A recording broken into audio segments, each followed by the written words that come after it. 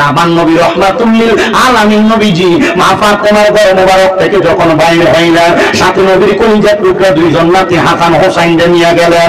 আমার নবী যখন হাসান হোসাইনকে নিয়ে মসজিদে নববীর মধ্যে প্রবেশ করলেন, এবার আমার নবীজি হযরত ইমাম হাসান রাদিয়াল্লাহু তাআলা আনহুরে নবীজির ডান কান মোবারকের উপরে বসাইলেন, ইমাম হোসেনকে নবীর বাম কান মোবারকের উপরে বসাইলেন। দুইজনকে একসাথে বসাইয়া আমার নবীজি এই দুইজনের একজনের গলা মোবারকের মধ্যে চুম্বন করতেছে, আরেকজনের ঠোঁট মোবারকের মধ্যে চুম্বন করতেছে। এবার মা ফাতেমা রাদিয়াল্লাহু তাআলা আনহা যখন মসজিদে নববীর সামনে দিয়া যায়, ওই তাকে দেখতেছে নবীজি ইমাম হাসানের ঠোঁটের মধ্যে চুমা দিতেছে, আর ইমাম হোসেনের গলা মোবারকে চুম্বন করতেছে, আর নবীজির চোখ মোবারক গুলা বায়া বায়া পানি পড়তেছে। আমার নবীজির কন্যা জগতের মা ফাতেমা আয়েশা ডাক দিয়া কই, ইয়া রাসূলুল্লাহ, নবী গো, ও মায়ার নবী গো, আপনার চোখ মুবারকে তো এমনি এমনি পানি আসে না, কেন কান্দেন, কেন কান্দেন নবী গো? আমার নবী ডাক দিয়া কয়, ফাতেমা, আমি নবী তো এমনি এমনি কান্দি না। নবী কেন কান্না করেন? আমার নবী ডাক দিয়া কয়, ফাতেমা, আমার আল্লাহ কিছুক্ষণ আগে হযরত জিবরাইল দিয়া খবর পাঠাইছে, আমার ইমাম হাসান রাদিয়াল্লাহু তাআলা আনহুরে এই কারবালার ময়দানে কুফাবাসীর মধ্যে আমার উম্মত দাবি করবে এমন কিছু উম্মতেরা, যাদের মাথার মধ্যে পাগড়ি থাকবে, শরীরের মধ্যে জুব্বা থাকবে, মুখের মধ্যে দাড়ি থাকবে, আবার আমি নবীর উম্মত দাবি করবে, কিন্তু এরা আমার বংশ ইমাম হাসান রে বিস্পান করে মারব। নবী গো, ও নবী গো, মাথায় পাগড়ি টুপি থাকবো, দাড়ি থাকবো, পাঞ্জাবি থাকবো, আবার আপনার উম্মতের মধ্যে এরা উম্মত দাবি করব। ও নবী, আপনার নাতিরে মারব। নবী, আপনার নাতিরে নাকি আপনার উম্মতের জান্নাতের জামিনদার, তাহলে আপনার উম্মতের জামিনদার ওরা ওই হাসানকে কেন মারব? আমার নবী কয়, একমাত্র মসনদের লোভে তারা আমার নাতির গলা মুবারকের মধ্যে ছুরি চালাইব, মসনদের লোভে তারা আমার নাতির যুবকের মধ্যে বিষ পান করাইব। ঠিকই আমার নবীজি চোখ মুবারকের পানি গুলা ছেড়ে কান্দে আর ডাক দিয়ে কয়, এ ফাতেমা, শুধু তার বিষ পান করাইব না, আমি কেন ইমাম হুসাইনের গলার মধ্যে চুমা দিই জানুনি? ইয়া রাসূলুল্লাহ, কেন চুমা দেন? আমার নবী কয়, ফাতেমা শোনে না, আমার হোসাইন রে কারবালার ময়দানের মধ্যে বিয়াকলের দলেরা, ওই বেঈমানের দলেরা আমার নাতির 1200 মতান্তরে 1250 চিঠি দিয়া কারবালায় নিয়ে যাইব, আমার নাতির গলা মুবারকের মধ্যে তারা ছুরি চালাইব। আমি দয়াল নবীজি সহ্য করতে পারবো না। নবী গো, এই জন্য নিয়ে আপনি তার গলা মুবারকের মধ্যে চুম্বন করতেছেন। আমার নবী কয়, হ্যাঁ রে ফাতেমা, আমি এই জন্য গলা মুবারকের মধ্যে চুম্বন করি। ও মায়ার নবী গো, নবী গো, নবী গো, আপনি আমার আল্লাহর কাছে একবার দোয়া করেন না, আমার আল্লাহ যেন এই দোয়াটা কবুল করে নেয়, আমার হোসেনকে যেন কারবালার ময়দানে তারা কতল না করে দেয়। আমার নবী কয়, ফাতেমা রে, ও ফাতেমা, আমি কেমনে দোয়া করতাম রে? আমার আল্লাহ তো বলছে, আমার হুসাইন কারবালার ময়দানে যত ফোঁটা রক্ত মুবারক তার গলার মধ্যে তরবারি চালাইলে পড়ব, ওই প্রত্যেক ফোঁটা রক্ত মুবারকের বিনিময়ে আমার আল্লাহ আমি নবীর গুনাহগার উম্মতদেরকে জান্নাতি বানাইয়া দিব। যে মানাম أنوال له ونشهد أن سيدنا إيماننا وخطوتنا وسنادنا محمد رسول الله صلى الله عليه وسلم الذي أرسله بالحق بشيرا ونذيرا وداعيا إلى الله بإذنه وسراجا وقمرا منيرا। একটা জবান বন্ধ রাখবেন না, সবাই জবান খুলে মায়া সুরে পড়েন আল্লাহু আকবার। এই ভারতের আসাম রাজ্যের কালীন ভৈরবপুর 4 নং জামে মসজিদের বাৎসরিক ওয়াজ ও দোয়ার মাহফিলে আগন্তুক আমার আলেম সমাজধারী পাকা মুরব্বী বাবাজিরা, যুবক নওজোয়ান ভাইয়েরা, ছোট্ট ছোট্ট মাসুম বাচ্চারা, পর্দার অন্তরালের মধ্যে আলোচনা শ্রবণরত আমার মা বোনেরা, যারা যারা জান্নাতের বাগান মাইকের আওয়াজ শুনতেছেন, আপনারা কেউ জবান বন্ধ রাখবেন না। আপনারা বলেন আমাদের জবান দিয়ে দিয়েছেন, তিনার নাম কি? আল্লাহরে আল্লাহ বলে ডাকতে লাভ আছে না নাই? একবারে ডান হাত তুলে ধরে ডাকবেন আল্লাহ, মহব্বতের আওয়াজে ডাকবেন আল্লাহ, হাত তুলে পড়েন ইয়া রাসূলুল্লাহ, পড়েন ইয়া ওলি আল্লাহ।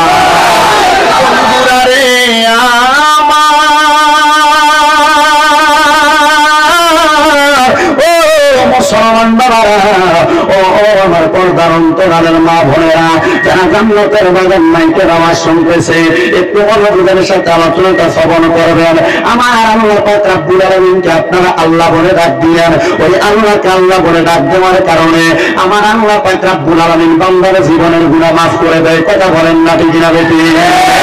মুমিন মুসলমানের দল, ওই আল্লাহ শুধু বান্দার জীবনের গুনাহ মাফ করে না, আল্লাহ পাক রব্বুল আলামিন জানিয়াতেন জগতের বান্দার দলেরা, যখন তোমরা আমি আল্লাহকে আল্লাহ বলে ডাক দাও, আমি আল্লাহ পাক রব্বুল আলামিন তোমরা বান্দার ডাকের মধ্যে সাড়া দেই। ও আল্লাহ গো, আপনি বান্দার ডাকের মধ্যে কেমন করে সাড়া দেন? আল্লাহ বলে, 1 নাম্বার বান্দা তোমার গুনাহ মাফ করে সাড়া দেই, 2 নাম্বার বান্দা তোমার মনের আশা পূরণ করে সাড়া দেই, 3 নাম্বার কোকোড়াতে করে এটা কমাইবে, এটা একটু বুঝতে হবে। মাইকে কোকো করতেছে, স্পিকার ঠিক আছে। 2 নাম্বার আল্লাহ তাআলা বান্দার জীবনের গুনাহ মাফ করেন। 1 নাম্বার 2 নাম্বার বান্দার মনের আশা পূরণ করে। এই জন্য বাবাজিরা, বন্ধুরা, আমরা আল্লাহ তাআলাকে বেশি বেশি স্মরণ করার দরকার। কথা বলেন না ঠিক না বেঠিক?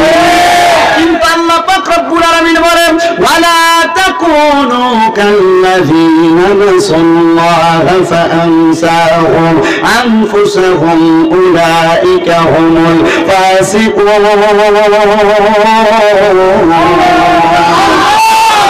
জগতের বান্দার দলেরা, ওয়ালা তাকুনু, তোমরা তাদের মতো হইও না, কাল্লাযীনা যাহারা নাসাল্লাহা, আমার আল্লাহকে ভুলে বসেছে। ও মুসলমানের দলেরা, আল্লাহকে যারা ভুলে গেছে, আপনি তাদের মতো হবেন না। আপনারা মুহাব্বতের আওয়াজে বলেন, আমাদের সবার অন্তরে আল্লাহর ভালোবাসা, নবীর ভালোবাসা আছে না নাই? আল্লাহ ভালোবাসা, নবীর ভালোবাসা থাকলে একটা জবানকে বন্ধ না রেখে মুহাব্বতের আওয়াজে ওই আল্লাহ পাক রব্বুল আলামিনের কালামে হাকিম পবিত্র কোরআন শরীফ থেকে তেলাওয়াত করেন আর জোরে জোরে পড়েন, আউযু বিল্লাহি মিনাশ শাইতানির বিবারাকাতি বিসমিল্লাহির রাহমানির রাহিম। কুল লা আসআলুকুম আলাইহি আজরান ইল্লাল মাওয়াদ্দাতা ফিল কুরবা। في حديث الشريف قال النبي صلى الله عليه وسلم الفاطمة سيدات النساء أهل الجنة أو كما قال عليه الصلاة والسلام. وقال في حديث الشريف قال النبي صلى الله عليه وسلم أنا مدينة العلم وعلي بابها أو كما قال عليه الصلاة والسلام. وقال في رواية الحديث قال النبي صلى الله عليه وسلم الحسن والحسين سيدا شباب أهل الجنة أو كما قال عليه الصلاة والسلام. وقال في شأن حبيبه ومحبوبه ومعشوقه مخبرا وآمرا إن الله وملائكته يصلون على النبي يا أيها الذين آمنوا صلوا عليه وسلموا تسليما. اللهم صل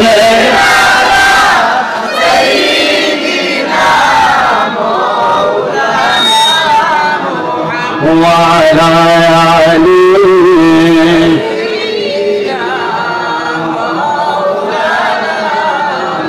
আরো জবান খুলে মুহাব্বতের আওয়াজে পড়েন আল্লাহুম্মা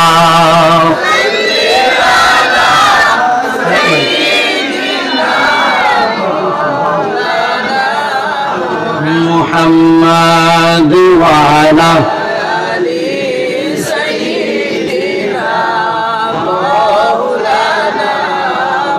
কেউ বা যাবে জাহান্নামে, কেউ বা যাবে জান্নাতে, আমরা উম্মত দাঁড়িয়ে থাকব নবীজি আপনার সন্ধানে। আল্লাহুম্মা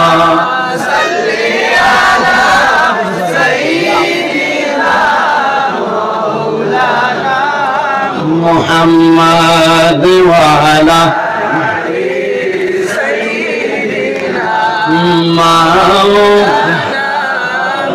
আমার জায়গা হবে নি আমার মরা লাশের লাইগা, মসজিদের পাশে আমার কবর দিও কইরা আমার জায়গা হবে নি, আমার জায়গা হবে নি আমার মরা লাশের লাইগা, মসজিদের পাশে আমার মসজিদের পাশে আমার কবর দিও কইরা আমার। আপনারা বলেন আমরা অন্ধকার কবরে মসজিদের পাশে সুন্দর জায়গা চাই কি চাই না? ওরা বলেন না বাবা চাই কি চাই না? একদিন আসরের নামাজের পরবর্তী সময় মরণের কথা স্মরণ হওয়ার সাথে সাথে ঘুম থেকে সজাগ হওয়ার সাথে সাথে গজলটা আমি নিজে লিখলাম। একটু মুহাব্বতের আওয়াজে জবান খুলে মরার কথা স্মরণ করে করে পড়বেন, কারণ আমার নবীজি হাদিসে মুবারাকার মধ্যে বলেন আমার উম্মতের মধ্যে যারা দৈনিক 20 বার মরণের কথা স্মরণ করবে আমার আল্লাহ পাক রব্বুল আলামিন ওই বান্দাটা যদি ওই দিন মারা যায় তার আমলনামার মধ্যে শহীদের মর্তবা দান করবে। জোরে বলেন না সুবহানাল্লাহ। একটু জবান খুলে মরণের কথা স্মরণ করে পড়েন আমার জায়গা হবে আমার মরা লাশের লাইগা, মসজিদের পাশে আমার মসজিদের পাশে আমার কবর দিও কইরা আমার জায়গা হবে নি। এলাকাবাসী রে আমি তোমার ছেলে সন্তান কয়দিনের লাগিয়া, মরার পরে সবাই আমায় যাবে রে বলিয়া, জগতে বাসী রে আমি তোমার ছেলে সন্তান কয়দিনের লাগিয়া, মরার পরে সবাই আমায় যাবে রে বলিয়া, তোমার দুয়ার মাঝে আমায় রাইকো সরকি কইরা আমার জায়গা হবে নি, আমার জায়গা হবে আমার মরা লাশের লাইগা, মসজিদের পাশে আমার মসজিদের পাশে আমার কবর দিও কইরা আমার জায়গা। এলাকাবাসী রে আমি যেদিন যাব মারা দুনিয়া ছাড়িয়া, রঙিন জামা কাপড় সবই নিবে রে খুলিয়া, কথা বলেন ঠিক কিনা?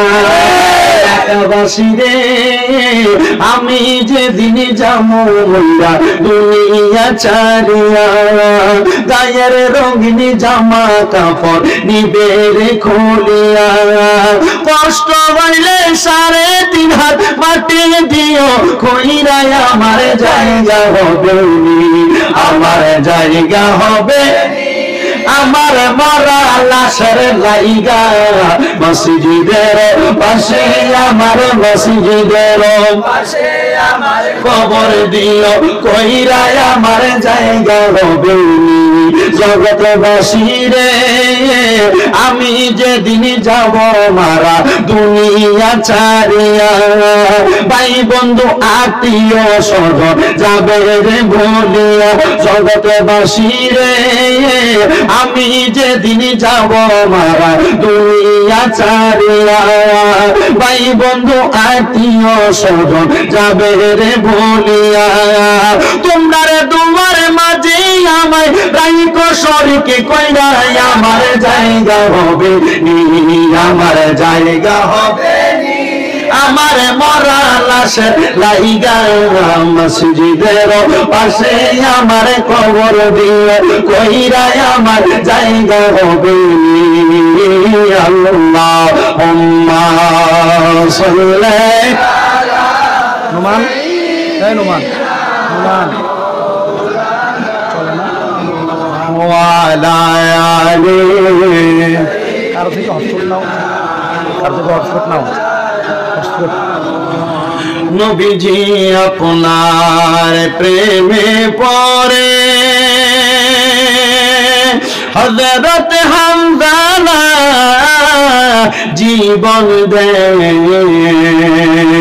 আল্লাহ তাআলা খুশি হয়ে ফেরেশতার হাতে গোসল দেয়। আল্লাহুম্মা সাল্লি আলা সাইয়্যিদিনা মাওলানা মুহাম্মাদ ওয়া আলা আলি সাইয়্যিদিনা। সবাই জবান খুলে একটু জিকির করেন লা ইলাহা ইল্লাল্লাহ লা ইলাহা হাসবি রব্বি জাল্লাল্লাহ মা ফি কলবি গায়রুল্লাহ বলেন হাসবি রব্বি জাল্লাল্লাহ মা ফি কলবি গায়রুল্লাহ নূর মুহাম্মদ সাল্লাল্লাহু লা ইলাহা ইল্লাল্লাহ লা ইলাহা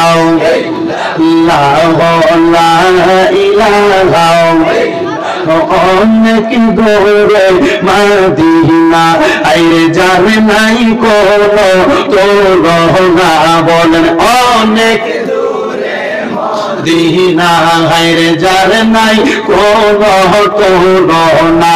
আল্লাহ একেবারে মদিনা দেখাও না, আল্লাহ একেবারে মদিনা দেখাও না, আমার মনে মানা মানে না লা ইলাহা ইল্লাল্লাহ লা ইলাহা ইল্লাল্লাহ।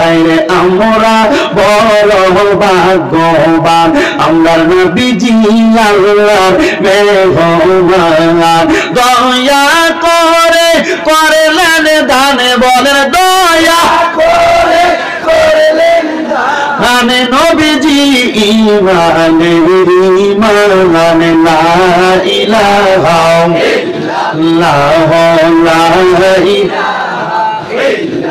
লা ইলাহা ইল্লাল্লাহ মুহাম্মাদুর রাসূলুল্লাহ সাল্লাল্লাহু আলাইহি ওয়াসাল্লাম। আমার কালাইন এলাকার বাবারা ও আসাম রাজ্যের বিভিন্ন স্থান থেকে আগত সম্মানিত শ্রোতা মণ্ডলীরা, এই জান্নাতের বাগানের মধ্যে আপনারা যদি কেন আসলেন প্রশ্ন করা হয়, আপনাদেরকে কেউ টাকা দিয়া ভাড়া কইরাই না মাহফিলে বসাইছে, আপনারা বলবেন হুজুর না না না, আপনারা কি তাবারুকের লোভে, আপনারা কি সিন্নি পাওয়ার লোভে বসছেন? আপনারা বলবেন হুজুর না। ও মুসলমান, কেন তোমরা মাহফিলের মধ্যে বসলা? বলে হুজুর আমরা মাহফিলে বসার কারণ হইল একটা, কারণ আমরা দুনিয়াতে কত গুনাহ করলাম, আমরার গুনার খবর দুনিয়ার কেউ জানে না। মা যদি জানতাম তারে ফুট কইয়া পরিচয় দিত না। এ মুরব্বীরা বুকের মধ্যে হাত দিয়া বলো, তোমার গুনাহগুলা যদি তোমার ফুটে দেখতো তোমার বাপ কইয়া পরিচয় দিত না।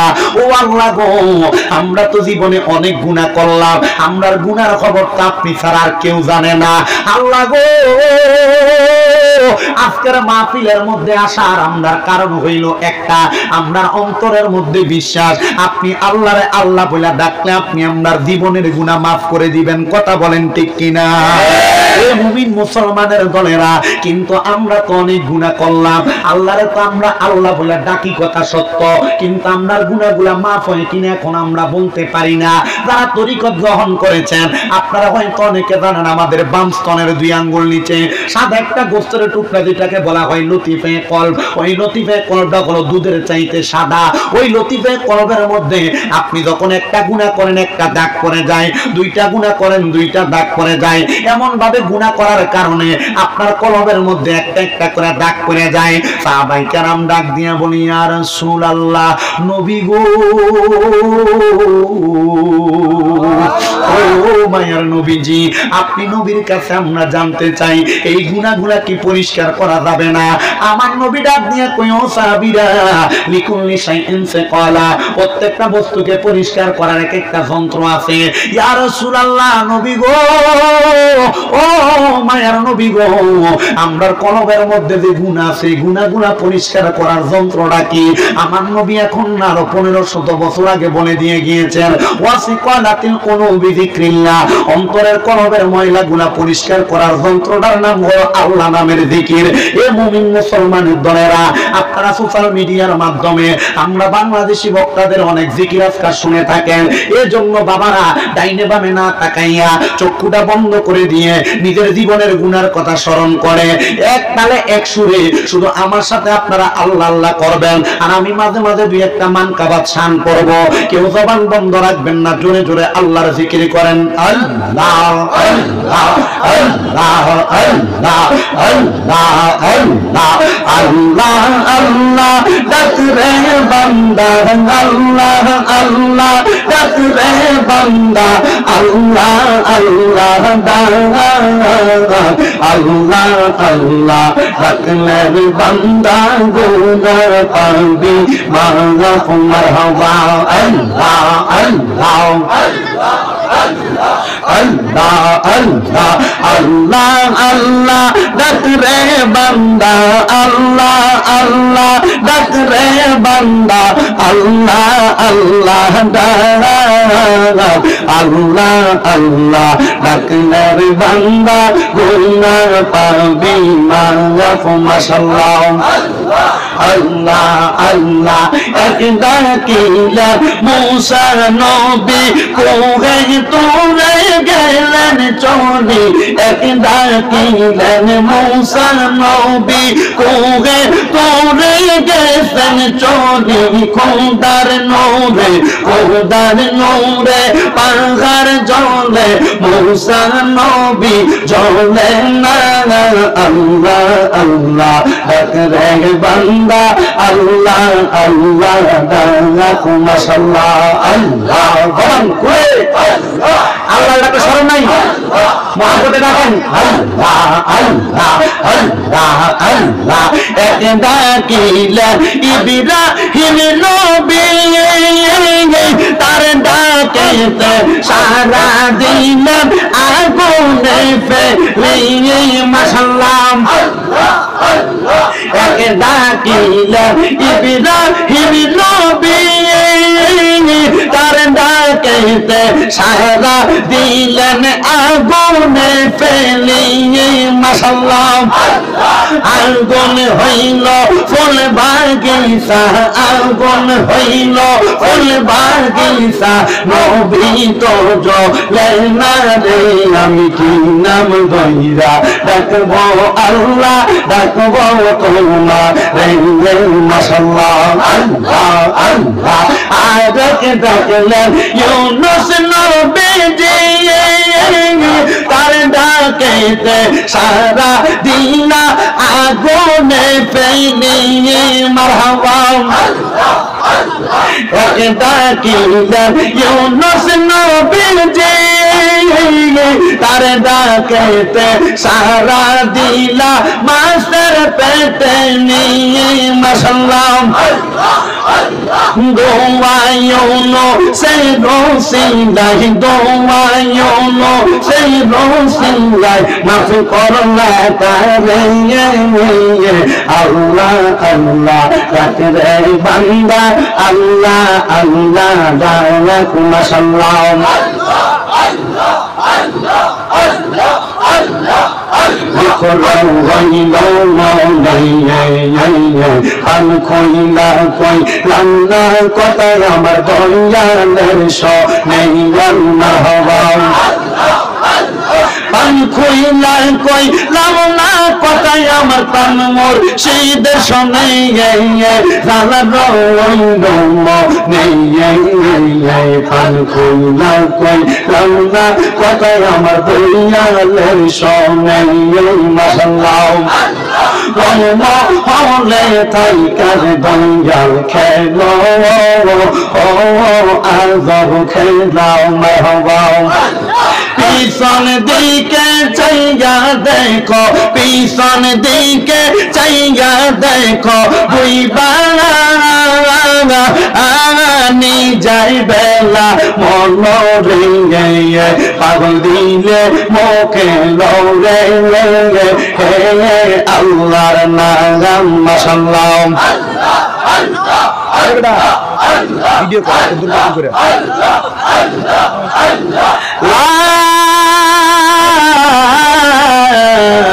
ইলাহা ইল্লাল্লাহ মুহাম্মাদুর রাসূলুল্লাহ সাল্লাল্লাহু আলাইহি ওয়াসাল্লাম সবাই জবান খুলে মুহাব্বতের আওয়াজে পড়েন আলহামদুলিল্লাহ।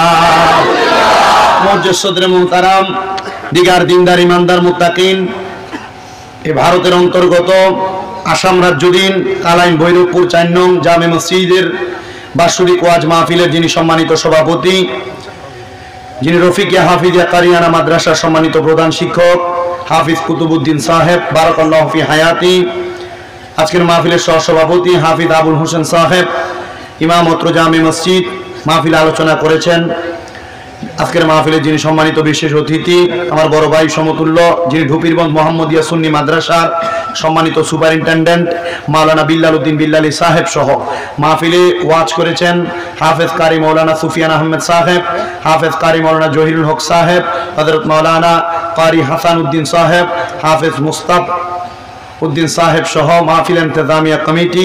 আজকের জান্নাতের বাগানের মধ্যে বসে আছেন আমার দাড়িপাকা মুরব্বী বাবা সহ আলেম সমাজ বাবাজিরা, যুবক নওজোয়ান ভাইয়েরা, ছোট ছোট মাসুম বাচ্চারা, পর্দার অন্তরালে মাইকের আওয়াজ যাচ্ছে আমার অবলা সরলা মা ও বোনেরা, সবার প্রতি আবারও সালাম দিচ্ছি, মোহাব্বতের আওয়াজে সালামের জবাব দিবেন।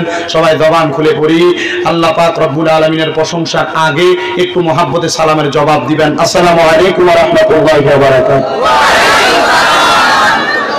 আপনারা বলেন আমরা জান্নাতের বাগানে আসতে পেরে বসতে পেরে খুশি না বেজার? তাহলে একটু জোরে বলেন আলহামদুলিল্লাহ।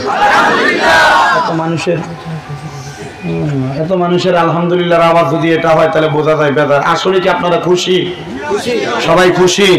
একটু ডান হাত তুলে দেখান তো কারা কারা বেজার।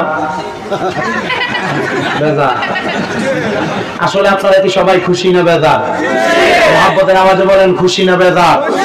খুশি হলে আবার ডান হাত তুলবে। বিলাল ভাই তাকবীর দিয়ে দাও আমার আগে। ও বিলালি ভাই দিয়ালা একটা তাকবীর জোরে দিলাও কোনা নিও বেটা। ও বিলালি ভাই তাকবীর তাকবীর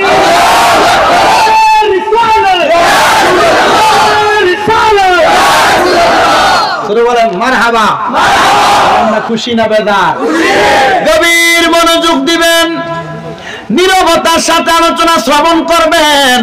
আর ডাইনে ভাবে যাচ্ছি না। মাহফিল কমিটির ভাইয়েরা আমাকে একটা সাবজেক্ট লিপিবদ্ধ করে দিয়েছে যে আমি যেন শুহাদায়ে কারবালার উপর একটু বয়ান করি।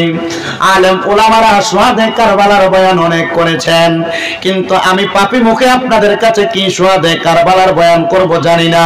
তবে আপনারা বলেন আমরা যদি শুহাদায়ে কারবালার বয়ান আমরা মুহাব্বতের সাথে করি, ওই শুহাদায়ে কারবালার বয়ান আমরা ঈমানের সাথে গ্রহণ করার দরকার আছে না নাই? আল্লাহ কোরআনুল কারীমে বলেন কুল্লা আসআলুকুম আলাইহি আজরান ইল্লাল মাওয়াদ্দাতা ফিল কুরবা। বলেন ঘোষণা একজন করেছে, তিনার নাম কি? আমার আল্লাহ পাক রব্বুল আলামিন জানায়া দেয় হাবিব আপনি তাদেরকে জানায়া দেন আমি আল্লাহ তাদের কাছে কোনো বিনিময় চাই না, আমি আল্লাহ তাদের কাছে কোনো কিছুর চাহিদা প্রকাশ করি না। তবে হ্যাঁ ইল্লাল মাওয়াদ্দাতা ফিল কুরবা, যারা আপনার নিকটবর্তী আমি আল্লাহ তাদের কাছে আপনার নিকটবর্তীদের ভালোবাসা চাই। এবার সাহাবায়ে কেরাম বলে ইয়া রাসূলুল্লাহ, ইয়া হাবিবাল্লাহ, নবী গো, ও মায়ার নবী, আপনার কাছে জানতে চাই আপনার নিকটবর্তী কারা?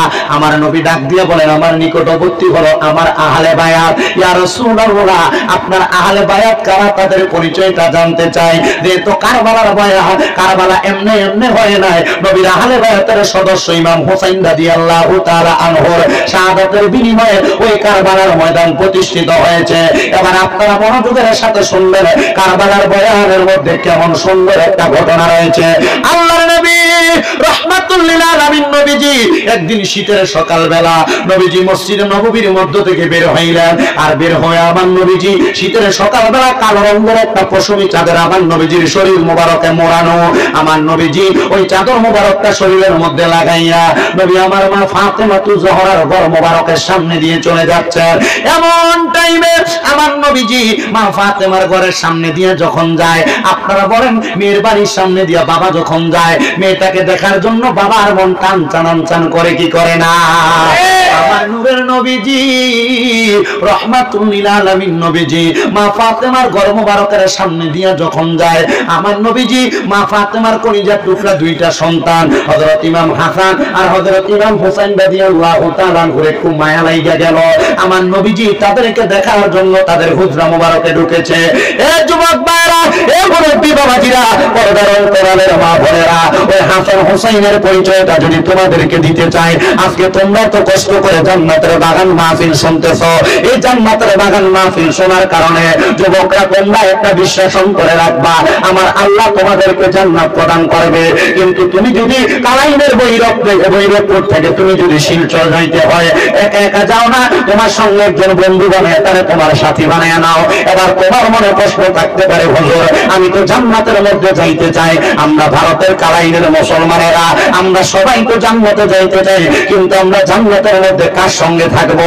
আমার মুমিন মুসলমানের দ্বারা আল্লাহর হাবিব সাল্লাল্লাহু আলাইহি সাল্লাম নবী আমার ঘোষণা করতেছে, আল হাসান ওয়াল হুসাইন সাইয়্যিদা শাবাবি আহলিল জান্নাহ।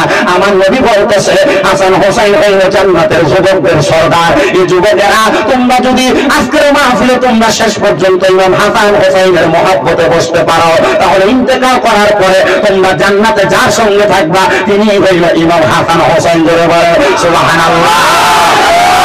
তোমারে নয়নে মনি হযরত আলীর জান, মা ফাতেমার নয়নে মনি হযরত আলীর জান, ইমাম হোসেন শহীদ হলো কারবালার ময়দান, ইমাম হোসেন শহীদ হলো কারবালার ময়দান।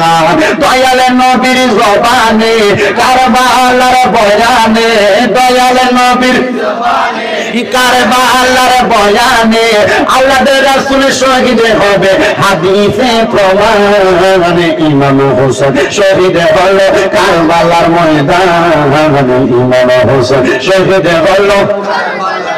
ঈদের দিনে নতুন পোশাক পরেন সকলে, হাসান হোসেন কান্দে নানা পোশাক দাও বলে। ঈদের দিনে নতুন পোশাক পরেন সকলে, হাসান হোসেন কান্দে নানা পোশাক দাও বলে। দয়াল নবী করল দোয়া, ও গো রব্বানা জান্নাত থেকে কুদরতের পোশাক পাঠাও না। লাল সবুজের সেই পোশাকে কারবালার ঈশান, লাল সবুজের সেই পোশাকে কারবালার ঈশান, ইমাম হোসেন শহীদ হলো কারবালার ময়দান, ইমাম হোসেন শহীদ হলো কারবালার ময়দান। তাহলে যুবকেরা বলো, আমরা সবাই ইন্তেকালের পরে ইমাম হাসান হোসেনের সাদাতে জান্নাতে থাকতে চাই কি চাই না? আমার নবী মা ফাতেমার ঘর মোবারকের মধ্যে যখন ঢুকলেন, আমার নবীজি তাদেরকে সালাম প্রদান করলেন, আসসালাতু ওয়াসসালামু আলাইকা ইয়া আহলে বায়াত। আমার নবী যখন তাদেরকে সালাম দিলেন, নবী আমার দেখলেন আমার নবীজির সম্মুখে হযরত আলী কাররামাল্লাহু ওয়াজহু আগমন করতেছে, যিনি হইলেন ইসলামের চতুর্থ খলিফা। হযরত আলী রাদিয়াল্লাহু তাআলা আনহু যখন আমার নবীর সামনে আসলেন, নবীর শরীর মুবারকের মধ্যে কালো রঙের যে চাদরটা ছিল, আমার নবীজি এই চাদর মুবারকটাকে এভাবে মাথার উপরে মেলে দিলেন। নবীজি মাথার উপর চাদরটা দিয়া নবী আমার ডাক দিলেন, দাখালতু আলিয়ান, হযরত আলী তুমি চাদরের নিচে প্রবেশ করো। এবার হযরত মা ফাতেমা আসলেন, নবী আমার বললেন সুম্মা দাখালতু ফাতেমা, ও ফাতেমা তুমি চাদরের নিচে প্রবেশ করো। এবার হযরত ইমাম হাসান আসলেন, নবী আমার বললেন সুম্মা দাখালতু হাসাইনা, হযরত ইমাম হাসান তুমি চাদরের নিচে ঢুকো। আমার নবী বললেন সুম্মা দাখালতু হুসাইনা, ও হুসাইন তুমি চাদরের নিচে প্রবেশ করো। আমার নবী রইলেন মাঝখানে, হযরত আলী রইলেন ডাইনে, মা ফাতেমা রইলেন বামে, হযরত ইমাম হাসান রইলেন ডাইনে, হযরত ইমাম হোসেন রইল বামে। মাঝখানে নবী ডাইনে দুইজন, বামে দুইজন, হইল কয়জন? এই পাঁচজন। এরা হলো নবীর আহলে বায়াত। এই পাঁচজন একসাথে হইয়া আমার নবীজি আল্লাহর কাছে দোয়া করতেছে, আল্লাহুম্মা হাউলাই আহলে বাইতি, আল্লাহ আপনি এদেরকে কবুল করেন, এরা হলো আমার আহলে বায়াত। এমন টাইমে আমার নবীর একজন স্ত্রী মা ফাতেমার ঘরের মধ্যে ছিলেন। এবার ওই স্ত্রীটা ওই চাদরটা কালকে দিয়া চাদরের নিচে প্রবেশ করতেছে। আমার নবীর নবী রাহমাতুল আলামিন নবীজি যখন ওই চাদরের নিচে নবীর স্ত্রী প্রবেশ করতেছে, আমার নবী ডাক দিয়া কই, স্ত্রী তুমি তোমার জায়গায় সম্মানিত, আমার আহলে বায়াত আমার কাছে সম্মানিত, তুমি তোমার মতো থাকো, আমি তাদেরকে নিয়ে থাকি। আমার নবী যখন এই কথা বললেন রে বাবারা, হযরত নবীজির কলিজার টুকরা স্ত্রী বলে, ইয়া রাসূলুল্লাহ নবী গো, এদের কেন এত সম্মান, এদের কেন এত মর্যাদা?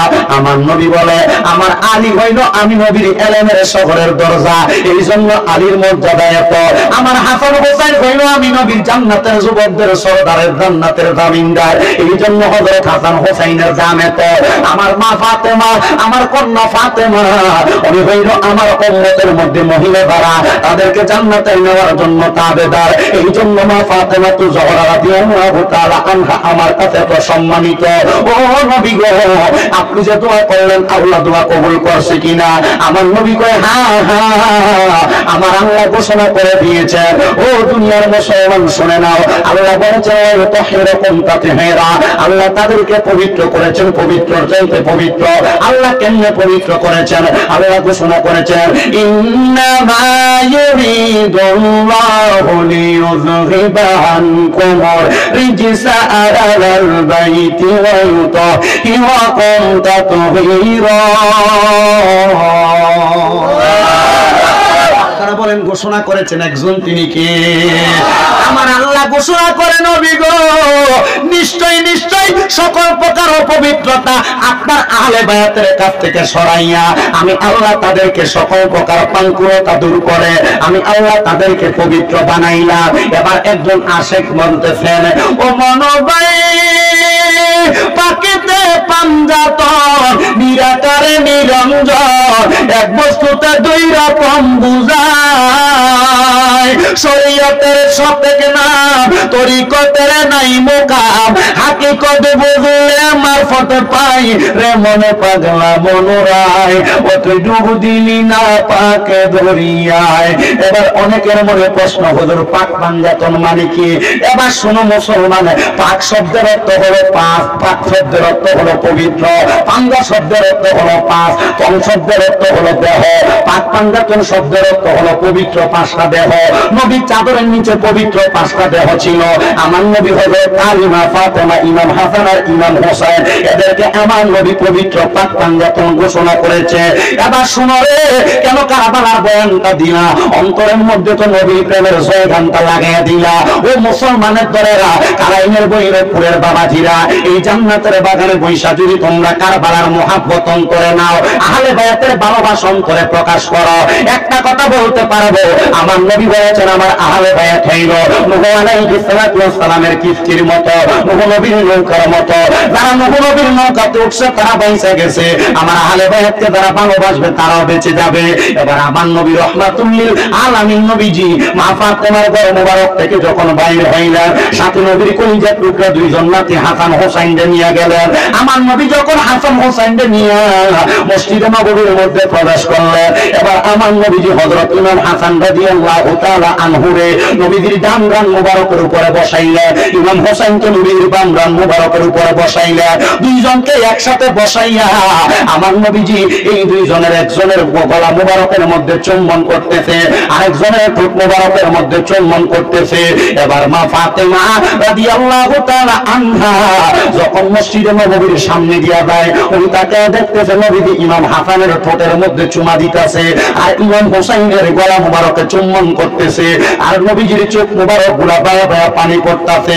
আমার নবীজির কন্যা জগতের মা ফাতেমা আয়েশা ডাক দিয়া কই, ইয়া রাসূলুল্লাহ, নবী গো, ও মায়ার নবী গো, আপনার চোখ মুবারকে তো এমনি এমনি পানি আসে না, কেন কান্দেন, কেন কান্দেন নবী গো? আমার নবী ডাক দিয়া কয়, ফাতেমা, আমি নবী তো এমনি এমনি কান্দি না। নবী কেন কান্না করেন? আমার নবী ডাক দিয়া কয়, ফাতেমা, আমার আল্লাহ কিছুক্ষণ আগে হযরত জিবরাইল দিয়া খবর পাঠাইছে আমার ইমাম হাসান রাদিয়াল্লাহু তাআলা আনহুরে এই কারবালার ময়দানে কুফাবাসীর মধ্যে আমার উম্মত দাবি করবে এমন কিছু উম্মতেরা, যাদের মাথার মধ্যে পাগড়ি থাকবে, শরীরের মধ্যে জুব্বা থাকবে, মুখের মধ্যে দাড়ি থাকবে, আবার আমি নবীর উম্মত দাবি করবে, কিন্তু এরা আমার বংশ ইমাম হাসান রে বিস্পান করে মারব। নবী গো, ও নবী গো, মাথায় পাগড়ি টুপি থাকবো, দাড়ি থাকবো, পাঞ্জাবি থাকবো, আবার আপনার উম্মতের মধ্যে এরা উম্মত দাবি করব। ও নবী, আপনার নাতিরে মারব। নবী, আপনার নাতিরে নাকি আপনার উম্মতের জান্নাতের জামিনদার, তাহলে আপনার উম্মতের জামিনদার ওয়ালা ওই হাসানকে কেন মারব? আমার নবী কয়, একমাত্র মসনদের লোভে তারা আমার নাতির গলা মুবারকের মধ্যে ছুরি চালাইব, মসনদের লোভে তারা আমার নাতির মুখের মধ্যে বিষ পান করাইব। ঠিকই আমার নবীজি চোখ মুবারকের পানি গুলা ছেড়ে কান্দে আর ডাক দিয়ে কয়, এ ফাতেমা, শুধু তার বিষ পান করাইব না, আমি কেন ইমাম হুসাইনের গলার মধ্যে চুমা দিই জানুনি? ইয়া রাসূলুল্লাহ, কেন চুমা দেন? আমার নবী কয়, ফাতেমা শোনে না, আমার হোসাইন রে কারবালার ময়দানের মধ্যে বিয়াকলের দলেরা, ওই বেঈমানের দলেরা আমার নাতির 1200 মতান্তরে 1250 চিঠি দিয়া কারবালায় নিয়ে যাইব। আমার নাতির গলা মুবারকের মধ্যে তারা ছুরি চালাইব, আমি দয়াল নবীজি সহ্য করতে পারবো না। নবী গো, এই জন্য নিয়ে আপনি তার গলা মুবারকের মধ্যে চুম্বন করতেছেন। আমার নবী কয়, হ্যাঁ রে ফাতেমা, আমি এই জন্য গলা মুবারকের মধ্যে চুম্বন করি। ও মায়ার নবী গো, নবী গো, নবী গো, আপনি আমার আল্লাহর কাছে একবার দোয়া করেন না, আমার আল্লাহ যেন এই দোয়াটা কবুল করে নেয়, আমার হোসেনকে যেন কারবালার ময়দানে তারা কতল না করে দেয়। আমার নবী কয়, ফাতেমা রে, ও ফাতেমা, আমি কেমনে দোয়া করতাম রে? আমার আল্লাহ তো বলছে আমার হুসাইন কারবালার ময়দানে যত ফোঁটা রক্ত মুবারক তার গলার মধ্যে তরবারি চালাইলে পড়ব, ওই প্রত্যেক ফোঁটা রক্ত মুবারকের বিনিময়ে আমার আল্লাহ আমি নবীর গুনাহগার উম্মতদেরকে জান্নাতি বানাইয়া দিব।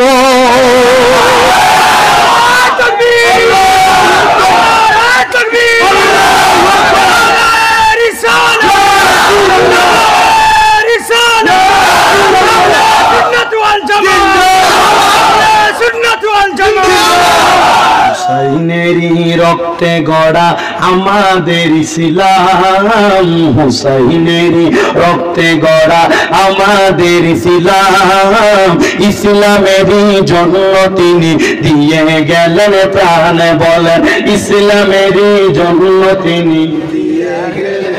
আর ইসলাম জিন্দা होता है हर কারবালা কি বাত। ইসলাম তো পরিপূর্ণ জিন্দা হয়েছে কারবালার পরে, কারণ কারবালার ময়দানে এজিদও নামাজ পড়ছে, ইমাম হুসাইনও নামাজ পড়ছে।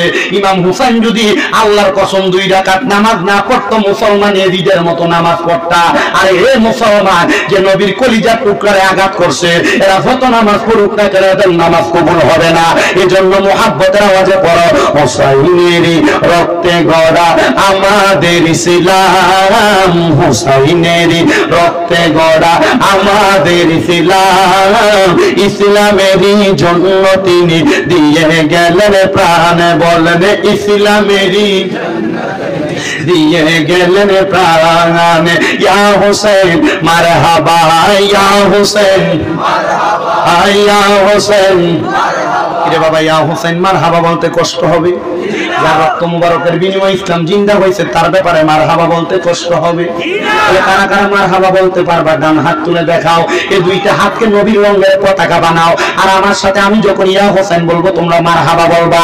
ইয়া হোসেন ইয়া হোসেন ইয়া হোসেন মারহাবা, ইয়া হাসান মারহাবা, ইয়া হোসেন মারহাবা, ইয়া হোসেন মারহাবা, ইয়া হাসান মারহাবা। হোসেনের রক্তে গড়া আমাদের ইসলাম, হোসেনের রক্তে গড়া আমাদের ইসলাম, ইসলামের জন্য তিনি দিয়ে গেলেন প্রাণ। বলেন ইসলামের জন্য তিনি দিয়ে গেলেন প্রাণ।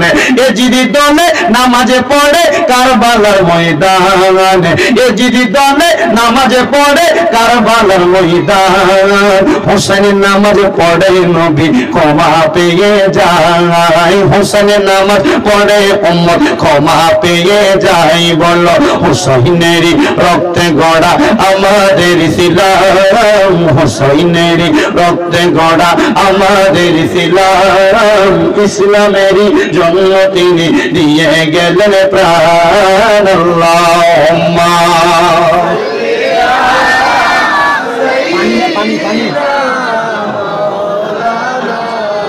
মুহাম্মাদ ওয়া আলা আলি সাইয়্যিদ।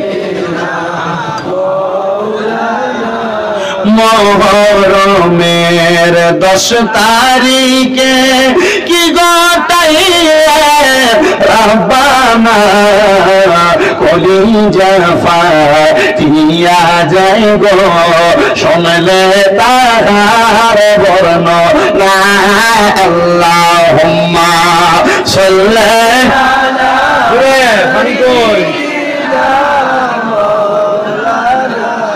মুহাম্মাদ ওয়া আলা আলি সাইয়্যিদিনা। আমার নবী ডাক দিয়ে কই ফাতেমা রে,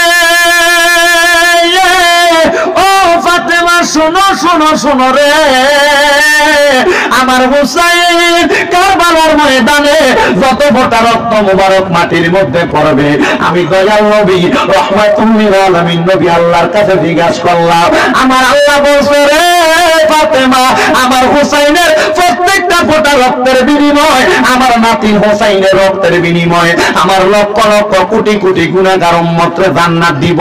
আমার নবী এই দোয়া পয়দা দিয়া গেছে রে বাবারা। এবার কেমনে ইমাম হাসান শাহাদাত হইল শুইনা দাও। ইমাম হাসান রে একবার না, ইমাম হাসান রে দুইবার না, ইমাম হাসান রে 6 থেকে 7 বার বিস্ফান করাইছে, কিন্তু ইমাম হাসানের একবারও বিস্ফান করানোর পরে তারা মারতে পারে নাই। ও নবীর নাতি ইমাম হাসান রাদিয়াল্লাহু তাআলা আনহু, আপনি দেখতে কেমন আপনার পরিচয়টা জানতে চাই। আরে ইমাম হাসান রাদিয়াল্লাহু তাআলা আনহুর ব্যাপারে বলতেছে, ইমাম হাসানের নাভি থেকে মাথার তালু পর্যন্ত দেখতে একবারে আমার নবীর মতো দেখতে। জোরে বলেন সুবহানাল্লাহ। উনাকে দেখতে নাভি থেকে পায়ের তালু পর্যন্ত একেবারে আমার নূরের নবীজির মতো। ও হাসান, আপনারা এতবার বিস্ফান করায় কেন আপনার বিষক্রিয়া মারতে পারে না? ইমাম হাসান বলে, যেই ঠোঁটের মধ্যে আমার নূরের নবী চুমু খাইছে রে, যেই নবী ওয়ামা আরসালনাকা ইল্লা রাহমাতাল লিল আলামিন, ওই নবীজি যেই ঠোঁটের মধ্যে চুমা খাইতে।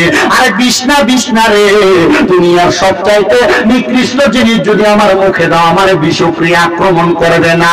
ইমাম হাসান রে এতবার বিষপান করানোর পরে যখন ইমাম হাসানের বিষপান করানোর কারণে মারা যায় না, এবার সর্বশেষ ইমাম হাসান রাদিয়াল্লাহু তাআলা আনহুর বিষের মধ্যে সাদা রঙের নুড়ি পাথর তারা বাইটা ইমাম হাসানের বিষের মধ্যে দিয়া দিছে।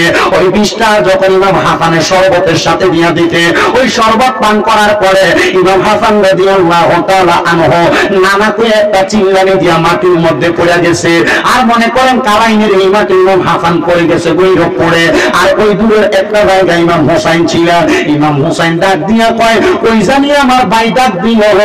এবার ওনার সাথে একজন সাফা নামক মারওয়ান, সাফা ইবনে মারওয়ান নামক একজন লোক ছিল।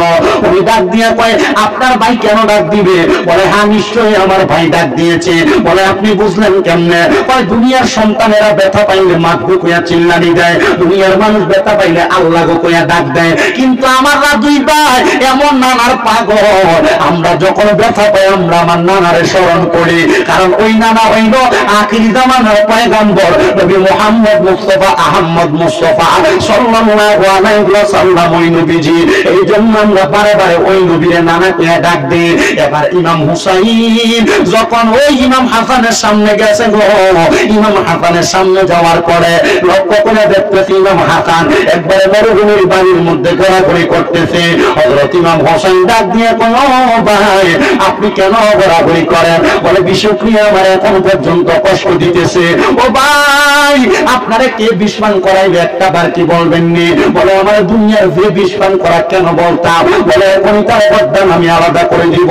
ইমাম হাসান ডাক দিয়ে কয়, ভাই জানো আপনি যদি এখন তাদের গর্দান আলাদা করে দেন, গুনাহগার উম্মতেরা দুনিয়াতে থাকবে, এদের ঈমানটা পরীক্ষা করার জন্য দুনিয়াতে কে আর থাকবে? তাদের ঈমান পরীক্ষা করবে কিভাবে? এই জন্য তাদেরকে এখন আপনি মাইরেন না। ইমাম হোসেন রাদিয়াল্লাহু তাআলা বারবার তাদের পরিচয়টা জানতে চায়। একজন কবি তাকে সুরে সুরে সুন্দর করে লিখতেছে, আরে ও ভাই কবে একবার শুনি আর কে তোমারে খাওয়াইল জহর নবীজির পরানি রে, বাইরে আমার সোনার চন্দ্রমণি, আকাশ কান্দে বাতাস কান্দে কান্দে দরিয়া পানি, ওই দুই পুত্র হারাইয়া কান্দে জান্নাতে ফাতেমা জননী রে, বাইরে আমার সোনার চন্দ্রমণি। ও ভাই কবে একবার শুনি আর কে তোমারে খাওয়াইল জহর নবীজির পরানি রে, বাইরে আমার সোনার চন্দ্রমণি। আল্লাহ বলে, ও জিবরাইল জিবরাইল যাও না রে চলিয়া, আর 70,000 ফেরেশতা আনো জানাজার লাগিয়া রে, বাইরে আমার সোনার চন্দ্রমণি। ইমাম হুসাইনের সঙ্গীরা দেখছে হযরত ইমাম হাসান রাদিয়াল্লাহু তাআলা আনহুর জানাজা পড়ার জন্য আসমানের 70,000 নূরের ফেরেশতা দুনিয়াতে আগমন করেছে। ও মুসলমান, আপনার আমার জানাজার মধ্যে কয়জন ফেরেশতা আসে আর দেখে কয়জন? কিন্তু ইমাম হুসাইনের জানাজা পড়ার জন্য 70,000 নূরের ফেরেশতা আগমন করেছে। মুসলমানের দল ইমাম হাসান শাহাদাত বরণ করলেন, কিন্তু বরণ করার আগে ইমাম হুসাইনের কাছে একটা ওসিয়ত করলেন, ও ভাইজান আপনার কাছে আমার একটা ওসিয়ত। বলে, কি ওসিয়ত? আমার একজন সন্তান আছে যার নাম ইমাম কাসেম, ইমাম কাসেমকে আমি আপনার হাতে তুলে দিয়ে গেলাম। আপনি যখন কারবালার ময়দানে যাবেন, আপনি কারবালায় যাওয়ার আগে ইমাম কাসেমকে কারবালায় পাঠাইবেন যেন ইমাম কাসেম আগে শাহাদাত বরণ করে। কেন গো ভাই? বলে, ইমাম কাসেম যেন নবীর কাছে বলতে পারে নবীর নাতি ইমাম হুসাইনের গলা মোবারকে এই দিকটা ছুরি চালানোর আগে ইমাম কাসেম শাহাদাত বরণ করেছে, জানে মাইরা ফলাইবো তবুও কারবালায় গেছে। বলে, কেন? নবীর উম্মতের জন্য। জোরে বলেন না মারহাবা। ইমাম হুসাইনের কাছে ইমাম হাসান বারবার শুধু বলতেছে, ইমাম কাসেম কারবালার ময়দানে যাওয়ার সময় তার গলার মধ্যে আমি একটা কাগজ লিখে রাখছি, ওই কাগজটা আপনি খুইলা আপনি ইমাম হাসানের এই ওসিয়তটা পূরণ করে দিবেন। ও মুসলমান নবীর উম্মতের দলেরা, ঠিকই ইমাম কাসেম যখন কারবালার ময়দানে যাবে এমন টাইমে ইমাম হুসাইন ইমাম কাসেমের গলার ওই কাগজটা খুলে লক্ষ্য করে দেখতেছে এটার মধ্যে লেখা, ও ভাই হুসাইন আমার সন্তান ইমাম কাসেমের সাথে আপনার মাইয়া হযরতে সকিনার বিবাহ দিয়া দিবেন, যেন এই দুইজনের বন্ধনটা সুন্দর আবদ্ধ থাকে। ওরে কারবালার ময়দানে সুন্দর একটা বিবাহ হইছে রে, কিন্তু ইমাম কাসেম বিবাহ হওয়ার সময় হযরতে সকিনার কাছে যায় নাই বলে কেন যায় নাই? ইমাম কাসেম যাইয়া হযরতে সকিনার কাছে বলতেছে, সকিনা গো, আমি কারবালার ময়দানে চলে যাই, স্ত্রী হিসেবে আমি তোমার মোহরানা আদায় করতে পারলাম না, তুমি বলো না কোন জিনিসটা আদায় করলে তুমি তোমার মোহরানার হক পাইবা? হযরত সকিনা বলে, ইমাম কাসেম কারবালার ময়দানে যাইয়া আপনি যখন শাহাদাতের পেয়ালা পান করবেন, আপনি যখন শাহাদাত হয়ে যাইবেন, ওই কারবালার ময়দানে শাহাদাত হওয়ার কারণে আল্লাহ আপনাকে জান্নাতে একটা মাকাম দান করব। আপনি শুধু আমারে বলেন, ওই মাকামে আপনি একা একা থাকবেন না, ওই মাকামে আপনি আমার নিয়ে একসাথে থাকবেন। এই এলাকার মা বোনেরা মনোযোগ দিয়ে শোনো রে মা, তোমরা তো অনেকে মা বোনেরা স্বামীদেরকে কষ্ট দাও, তোমরা তো মা বোনেরা অনেকে স্বামীর কথার উপর দিয়ে কথা বলো। এই মুরব্বীরা, এই যুবকেরা, তোমরা যারা বিবাহ করেছ, তোমাদের স্ত্রী আর হযরত ইমাম কাসেমের স্ত্রীর সাথে পার্থক্যটা দেখো। তোমার স্ত্রী তোমার মুখে মুখে তর্ক করে, দুনিয়ার সাধারণ স্ত্রী স্বামীর উপর দিয়ে কথা বলে, দুনিয়ার স্ত্রী স্বামীর কাছে আজকে এইটা চাই, কালকে ওইটা চাই, দুনিয়ার স্ত্রীরা স্বামীর কাছে বিভিন্ন আবদারের কোনো অভাব নাই। আর ইমাম কাসেমের স্ত্রী কয়, আপনি চলে যাবেন অসুবিধা নাই, আপনি শুধু আমার ওয়াদা দেন, আপনি জান্নাতে গেলে আপনার সাথে আমার জান্নাতে রাখবেন নি। আর আমার মা বোনেরা স্বামীর সঙ্গে জান্নাতে যাওয়ার কথা বলবো দূরের কথা, সকালবেলা স্বামীর ফজরের নামাজ থেকে উঠাইয়া তো দেয় না, উল্টা নিজেও ঘুমায়া থাকে। একটু ঠিক হয় না, কথা তো সত্য, নিজেই ঘুমায় থাকে। কথা বলেন না, ঠিক কিনা? আপনার বউ আপনারা ডাক দেয়, ডরও ডাক দেয় না, কারণ আপনারা যদি ডাক দেয়, উঠো না, ও ওঠো ওঠো, মাথাটা ঘুরে এমনি চোখটার কথা বলেন, ঠিক কিনা? বউ নামাজের জন্য ডাক দেয়, আপনি চোখ ঘুরানি দেন, একদিন ডাক দেয়, 2 দিন ডাক দেয়, তো বউ তো ডরে এমনি ডাক দেয় না, কারণ আপনি চোখ ঘুরানি দিলে আর ফসল জায়গা পর্যন্ত চলে আসে। নাউজুবিল্লাহ বলে না কেন? এই জন্য একটা কথা মনে রাখবেন, দুনিয়াতে যদি জান্নাতি স্ত্রী চিনতে চান, যে স্ত্রী স্বামীকে 5 ওয়াক্ত নামাজের সময় জাগিয়ে দেয়, জামাই নামাজের জন্য পায়তারা করাইয়া দেয়, তাহলে এটাই হলো জান্নাতি স্ত্রী। ঠিক নাই? আপনার কি কষ্ট হচ্ছে? আপনার কি কথা বুঝতেছেন? তো বুঝলে এভাবে কেন? হুজুর কি বলেন?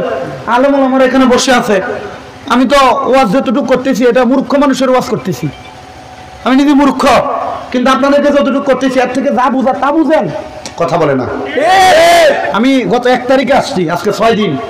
গত রাত্রে 1:30টার দিকে ট্রেনে উঠেছি, আইসা নামলাম 5:20 মাত্র আপনাদের বদরপুরে। সারাক্ষণ ট্রেনে আসছিলাম। কষ্ট হয় নাই? হ্যাঁ, কষ্ট হয় নাই? আপনার কষ্টের কারণে ঠিকের আওয়াজ দেবো, হুজুর কষ্ট হয় নাই, কথা বলেন না, ঠিক কিনা? হ্যাঁ, এবার ঠিক আছে।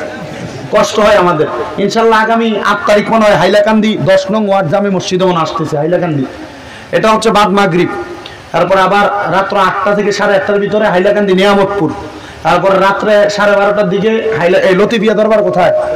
লতিফিয়া দরবারে একদিনে 3টা মারবো ইনশাল্লাহ ইন্ডিয়াতে। কি বলেন আপনারা? চলবে তো ইনশাল্লাহ? আল্লাহ রাসূলের কথা মাঠে ময়দানে চলবে। আল্লাহ চালাতুন তৌফিক দান করুন, জোরে বলেন আমিন। আপনাদের এখানে শেষ করে আগামীকালকে মাহফিল সেই ত্রিপুরা বিশাল করে। তো কষ্ট তো করতে হবে, দৌড়াইতে তো হবে। কথা বলেন না কেন? ঠিক আছে তো? ঠিক আছে তো? তাহলে জান্নাতি বউ জান্নাতি স্ত্রী চিনার উপায় হলো 5 ওয়াক্ত নামাজে স্বামীকে নামাজের জন্য ডাক দিয়ে দিবে। কথা বলেন ঠিক কিনা? আপনাদের স্ত্রী নামাজের জন্য ডাক দেয় কিনা? আজকে কাহিনী শোনেন।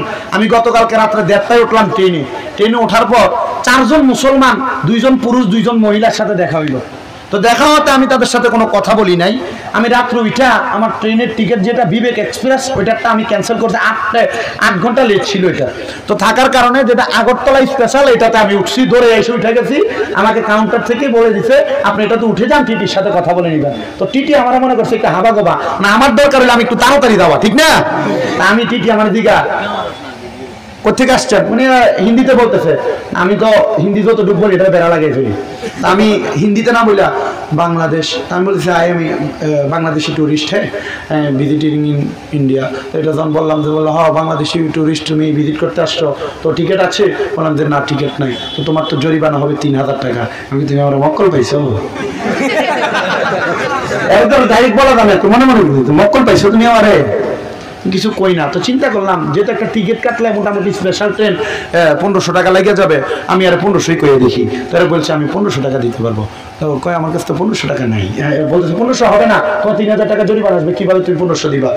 আমি কইলাম ঠিক আছে, আমার সাথে বেশি তো আমার কাছে মানে আমি বলতেছি না যে হবে হবে না তো বলতে পারি না, আমার কাছে টাকা আছে না বললে আমি সবাই তো হবে না, আমি আর হবে না বলে আমার কাছে তো 1500, আমি আর না বলি না, বুঝতে পারছেন তো? তো টিটি বলছে দেখো কিতনা রুপিয়া है तुम्हारे पास। আমি এখন চিন্তা করতেছি কই হাত দিব।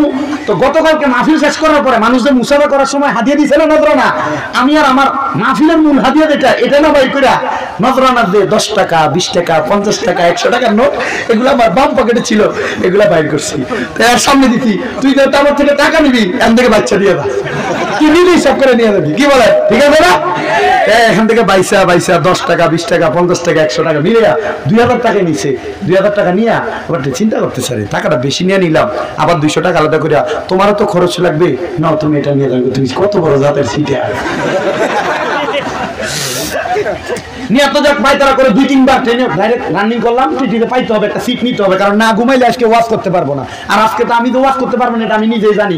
প্রথম যে ঘরে গেলাম গোসল করবো, তোমরা ঘরের ভিতরে যাইয়া একসাথে ঢুকছো, ওই ঘর থেকে গেলাম মাসুক কই বাবা, কই রে মাসুক বাবা কই আছো?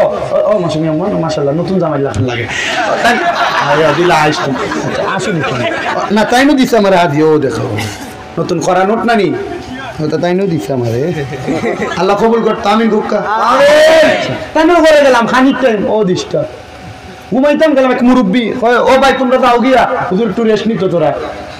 ইয়া আল্লাহ, আমি উঠছি তো বাথরুমে যাইমু, দরজা খুলছি তো সবটা ঢুকছে। হ্যাঁ আশিক নি, আচ্ছা আশিক তো আমার লোক, আমি চিন্তা করলাম তোরা আমার লোক ওখানে হয়েছে তো যা আমার লোক বাথরুমে ঢুকি এটা ওইবনি ওটা না করা যাইতো না, একটু সময় দেওয়া লাগবে। বাংলাদেশি হুজুর আপনারা যে আশেক হয়ে আসেন এটাই তো আলহামদুলিল্লাহ, ঠিক না? আল্লাহ কবুল করুক, আমিন বলেন। আমি আসার সময় মানে গাড়িতেও বলছে একজন হুজুর আমরা তো মাইকিং লাইভ টেপ করি না, আমরা ভয় পাইতেছি বাংলাদেশি হুজুর, আমি তো ট্যুরিস্ট বিষয়ে আসছি, কিন্তু চিন্তা করবেন না আমি ট্যুরিস্ট বিষয়ে আসার সময় একটা সুন্দর করে মাহফিলের অ্যাপার্টমেন্টও নিয়ে আসছে আলাদা অ্যাপ্লিকেশন করে, মাহফিল যেন করতে পারি সেটার অনুমোদন নিয়ে আসছি। এর আগে কোনো বক্তা নিচ্ছে কিনা জানি না, আমি এমবাসি অফ ইন্ডিয়া থেকে নিয়ে চলে আসছি। আল্লাহ কবুল করুক, আমিন করেন। এরপরে সবকিছু মিলে ওই যে বললাম যে 2 জামাই 2 বউ, এরা মুসলমান 100% আমি বুঝছি। আমি সকালে আমার চোখটা লাগছে, ফজরের নামাজটা কোনো রকম আমার এটা বিছায়া আমি কোনো রকম একটু পড়ছি, পড়ার পরে এক মহিলা, আমি এমন বাচাল মহিলা আমার জীবনে দেখিনি, আগরতলা বাড়িয়ালা এমন বাচাল, এর মুখ থেকে খই এত তাড়াতাড়ি ফুটে না, এর মুখ দিয়ে এত তাড়াতাড়ি কথা ফুটে। এটা মারি কইতেছে শুনছুনি গো কিতা বাংলাদেশি টুরিস্ট আইসলো, ও টিটি তার ব্যাকল বানাইছে, এটা করছে ওটা করছে, সে তো মুখ হুক হয়ে গেছে। আমি তো মনে মনে চিন্তা করি আমার মুখটা এমনি উঠেছে, আমার টিকিটও লাগে উঠেছে। সারা রাস্তা অত দাঁড়ানি দাঁড়াইছে বেটি, আর ও বেটির মতো খাওয়া বেটি আমি আমার জীবনে দেখছি না। তোরা বাদে কয় লনা জালমুড়ি, তোরা বাদে কয় দানা সিঙ্গারা আনো না, জাল সিঙ্গারা একটু বাদে কয় ও দেখো ফুড়ি সমুচা গেছে ওটা আনো, কি আল্লাহ অত খাওয়া বেটি নিয়ে। আর নামাজ হচ্ছে মুসলমান হিসেবে শ্রদ্ধা করা ফরজ, ও বেটির জামার যে ডেট দেখছি ও জামা দিয়ে ফললে দিয়ে কথা না ফললেও কথা, তাহলে মুসলমান হিসেবে কথা বলে না, মুসলমান হিসেবে। আমি তো তার ডাইরেক্ট হিট করতাম পারতাম না।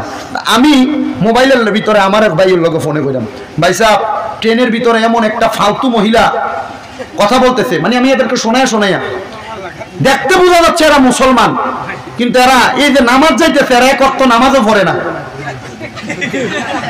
আমি কি মোবাইল কি চলে শুধু মোবাইল এমনি দিয়া ভাইজান মুসলমান 2 জন উঠছে, এরা নামই মুসলমান ভাইজান, এরা নামাজ পড়ে না এক ওয়াক্ত ভাই, পর্দা বলতে কিছুই নেই ভাই, এরা কিভাবে যে চলে, এরা মুসলমান দাবি করে, শুধু বাত করে, শুধু কথা বলে। তা আমি এবার কইলাম যে আল্লাহ রাসূল যে বলছে 6 প্রকারের মহিলাকে বিবাহ করা যাবে না, এর মধ্যে একটা আছে হান্নানা, 2টা আছে হাত ডাকা, একটা আছে মান্নানা, একটা আছে গররাকা, এমন মোট 6টা। এর মধ্যে একটা আছে যে মহিলারা অধিক পরিমাণ প্রয়োজন ছাড়া বেশি ঘন কথা বলে, এই মহিলারা আল্লাহ রাসূল বিবাহ করতে নিষেধ করছে। আমি কই এমন একটা মহিলাই ট্রেনের ভিতরে উঠছে। এই কথা বলার পর থেকে ভাইসা লাম্বিং আইছি, লাম্বিং আমার আগে মাত মারছি, এর বাদে আর কোনো মাত নাই। আল্লাহ তোমার বন্দি করার মাধ্যমে আমি এখন পাইছি। তো দেখি মাত্র লাগলেই আজকে মোবাইল লইয়া তোর বেটা ওটা করিস কেন, আমি ওলা করিয়া তারা সাবধান করি আস্তে আস্তে আস্তে আস্তে আস্তে আইছি। আল্লাহ বাঁচাইছে আমারে। আমি যে মেসা বেড়া বুঝছে না, পরে আমার পাঞ্জাবি আছে, টুপি ছিল না, আমি কারণ ট্রেনে ঘুমাবো তো, মুসলমান মানুষ সেটা বোঝেনি আপনারা অবস্থা পরিণতি। পরে আমি ট্রেন থেকে নামার আগে ওই যে বিহারানা কি বলে, বিহারার আগে আমি ওয়াশরুম থেকে উজু টুজু করে টুপিটা লাগাইয়া ব্লেজারটা লাগাইলাম। আল্লাহ ওটা তো মেসা বুঝছেন নি, ওজাত বেটিতেন আপনারা খালাইন বৈরবপুর আছে না নি কি নাই? ও না করে দেখছে বেটা নাই বুঝলি ওটা বেটি না থাকে বেটা বাংলাদেশ। আমরা বাংলাদেশ তো অভাব নেই, তো ইন্ডিয়া কি মাথা পুরানি গেছে? ইন্ডিয়া আছে আছে না নি? তোমরা এখন আছে কইতা না, গেলে ধরবো।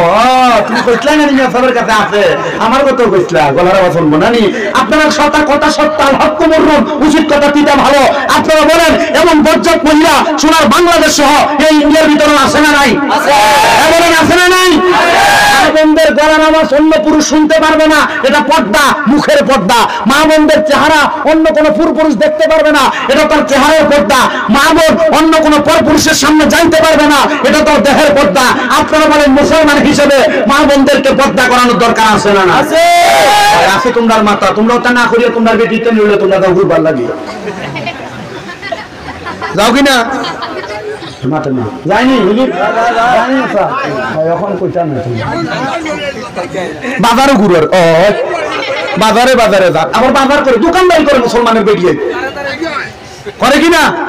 আরে হিন্দু ধর্মের ভাইয়েরা করুক, এটা তাদের বিষয়, তাদের সাথে আমাদের কোনো দ্বন্দ্ব নাই। আছে কোন বিধর্মীদের সাথে আমাদের কোনো দ্বন্দ্ব নাই, ওনারা ওনাদের ধর্ম পালন করবে, কারণ লাকুম দীনুকুম ওয়ালিয়া দীন। ওনারা ওনাদের ধর্ম পালন করবে, আমরা আমাদেরটা। তো মুসলমান হিসেবে তোমার যে কাজ করা দরকার, একজন অন্য ধর্মের ভাই তোমার কর্ম দেখে তোমাকে পছন্দ করে ইসলাম কবুল করবে, তো তোমার কর্মই তো ইসলাম কবুল করার মতো না। এরা যেভাবে চলো তুমিও এভাবে চলো, তো লাভ হলো কি? আল্লাহ আমাদেরকে বোঝার তৌফিক দান করুন। আমিন। এত আসতে বলছে আমিন বলেন আমিন। আল্লাহুম্মা সাল্লি তখন খাই সাইয়্যিদিনা মুহাম্মদ আদিনা বিয়ানা মাওলানা মুহাম্মদ আল্লাহুম্মা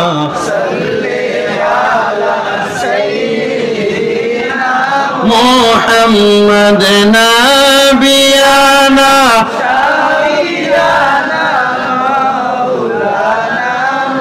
আমরা সবাই গুনাহগার গো নবীজি আপনায় চিনলাম না, সেই কারণে রোজে হাসরে আমাদেরকে বইলেন না। আল্লাহুম্মা সাল্লি আলা সাইয়্যিদিনা মুহাম্মদ নাবিয়ানা জুড়ে জুড়ে বাদানো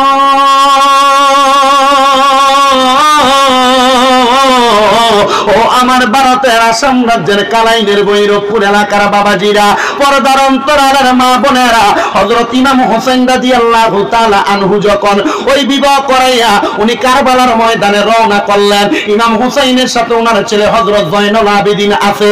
যাইতে যাইতে যাইতে যাইতে কারবালার ময়দানের মধ্যে যখন প্রবেশ করলেন, ওই কুফার ময়দানে যাওয়ার আগে কারবালার ময়দানে যখন প্রবেশ করলেন, প্রবেশ করার সাথে সাথে ইমাম হোসেন তাবু বানানোর জন্য হাতের মধ্যে একটা তরবারি নিয়ে হযরত জয়নুল আবেদিন নিয়ে যখন রওনা করলেন, রওনা কইরা ওই তরবারি দিয়া হযরত ইমাম হোসেন যখন খেজুর গাছের ডালের মধ্যে আঘাত করলো, খেজুর গাছের ডালে কোনো কষ থাকে না, খেজুর গাছের ডাল থেকে কোনো কষ বাহির হয় না, কিন্তু ইমাম হোসেন যখন কারবালার ময়দানের মধ্যে যাইয়া খেজুর গাছের ডালের মধ্যে কোপ দিলেন, লক্ষ্য করে দেখলেন খেজুর গাছের ডাল দ্বারা রক্ত বের হচ্ছে। যখন ওই ডাল আইনা ওই জায়গার মধ্যে মরুভূমির মধ্যে আঘাত করলেন, মাটির মধ্যে, লক্ষ্য করে দেখলেন মাটির মধ্য থেকে রক্ত বাইর হয়। হযরত জয়নুল আবেদিন জিজ্ঞাসা করতেছে, এই আব্বা জান আপনার কাছে জানতে চাই এই রক্তগুলা কেন বাইর হয়? হযরত ইমাম হোসেন ডাক দিয়া কয়, হে জয়নুল আবেদিন শোনো, আমার নানা মুহাম্মদুর রাসূলুল্লাহ সাল্লাল্লাহু আলাইহি ওয়াসাল্লাম নবী আমার বলেছে, যখন আমি কারবালার ময়দানে আসব ওই জায়গার পরিস্থিতি পরিবর্তন হয়ে যাবে। এই জন্য রে কারবালার ময়দানে রক্তগুলা দেখা যায়, আমরা মনে হয় কারবালার ময়দানে চলে এসেছি। এই জগৎবাসীরা শোনো রে, শোনো রে, শোনো, আমার দয়াল নবীর কলিজার টুকরা নাতি যখন কারবালার ময়দানে যুদ্ধ করার জন্য যাবে, তার আগে হযরত ইমাম হোসেন রাদিয়াল্লাহু তাআলা আনহুর একজন সন্তান, যার নাম হলো হযরত দুধের শিশু আলী আকবর, ওনার হাতের মধ্যে নিয়া ইমাম হোসেনের স্ত্রী হযরত সাহারা বানু আয়েশা ডাক দিয়া কয়, হোসেন আমার আজগর তো পানির পিপাসার মধ্যে মারা যাচ্ছে, আজগরকে একটু ফুরাত নদীর পানি এই না আপনি আহার করে দেন না। যখন আজগরের জন্য পানির জন্য কথা বললেন, ইমাম হোসেনের জিহ্বাটা হযরত আলী আকবরের মুখের মধ্যে ঢুকিয়ে দিলেন। ওই জিহ্বা শুকনা হয়ে গেছে, ওই জিহ্বার মধ্য থেকে কোনো পানি আসতেছে না।